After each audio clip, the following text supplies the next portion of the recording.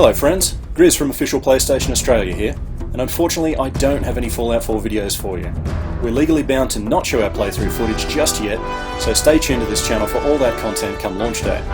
In the meanwhile, here's something just as good, an interview with one of the Naughty Dogs behind what could be 2016's biggest knockout. So I'm Arnie Meyer, and I'm the Director of Communications at Naughty Dog, which it's really funny because what it really means is anything that has to do with the game or the studio comes through our department, whether it's screenshots, trailers, t-shirts, figures, you name it, is something that we work on. This being your first time in Australia, were you surprised to find that our bandicoots don't wear pants and that Wumpa fruit is in very short supply? I was surprised. I was expecting quite a bit more. I guess that's where we take some artistic license, right? Naughty Dog's love affair with Australia continued in Uncharted 2 with Chloe Fraser, and she showed up recently in Uncharted 4's multiplayer reveal, right about there. Is this new multi intended to be a joyous celebration of Drake's previous adventures?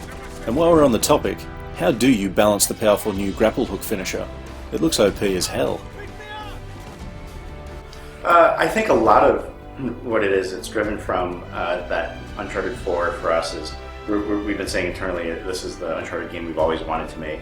In some ways, it's the culmination of all of our knowledge and all of our experiences on it, and it's the same thing how we're approaching Uncharted 4 multiplayer. So we're trying to think of, what can we bring in, what types of things are interesting. We thought, we've got this great legacy in terms of supernatural elements in Uncharted 4, for example, that we can nerf from the previous Uncharted games that we can draw from. So it started to say, well, not only are we taking everything that we've learned to create a great multiplayer experience, but we can actually draw story elements and that type of thing from it. And I think that's really where it's coming from. Well, every aspect of the game you have to balance, right, when you put it in, and balancing is really just iteration.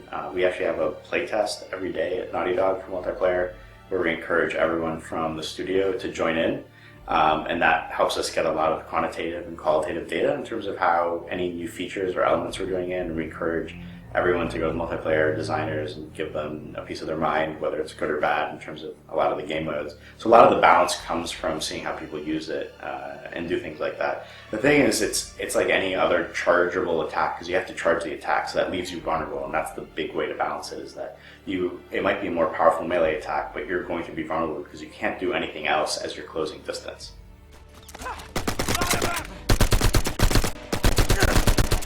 Arnie, I've heard that you and some of the other Naughty Dogs are actually dedicated Destiny Guardians in your spare time. Is this something that happens in the studio a lot? Do you guys look over the fence to see what other games are up to? We always do research with what everyone's doing with all sorts of games and multiplayer as well. I think a lot of us feel, or at least I definitely feel, that Bungie's always been able to create a really great multiplayer loop in their gameplay, and I think it's hooked a lot of us in there. But we've always taken a look at what everyone's doing with multiplayer. Anytime there's a new game that's out, people from the studio, you'll see emails like, does someone have a copy of X game in the studio so they can play it? And it's during work time where sometimes we'll get some research. Sometimes it hasn't happened in a while, but sometimes we have a really nice theater at the studio, and people will do playthroughs all together, and they'll be pausing and we'll dissect stuff like that. Fair enough. But what about Crystal Dynamics? Have you ever been tempted to peek into their backyard? We don't, but we definitely play the Tomb Raider games. I mean, we have a lot of ex-Crystal Dynamics people working the studio, and we still have friends there.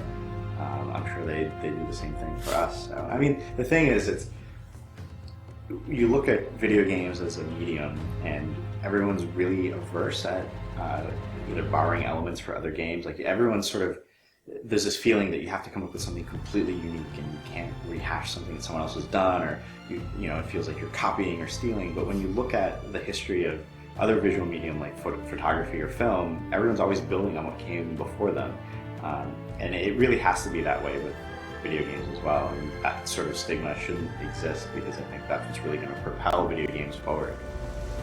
Well said, and thanks very much for your time today, Arnie. Now begins the very long wait for a game that already has Game of the Year material written all over it, Uncharted 4: A Thief's End. Thanks for watching.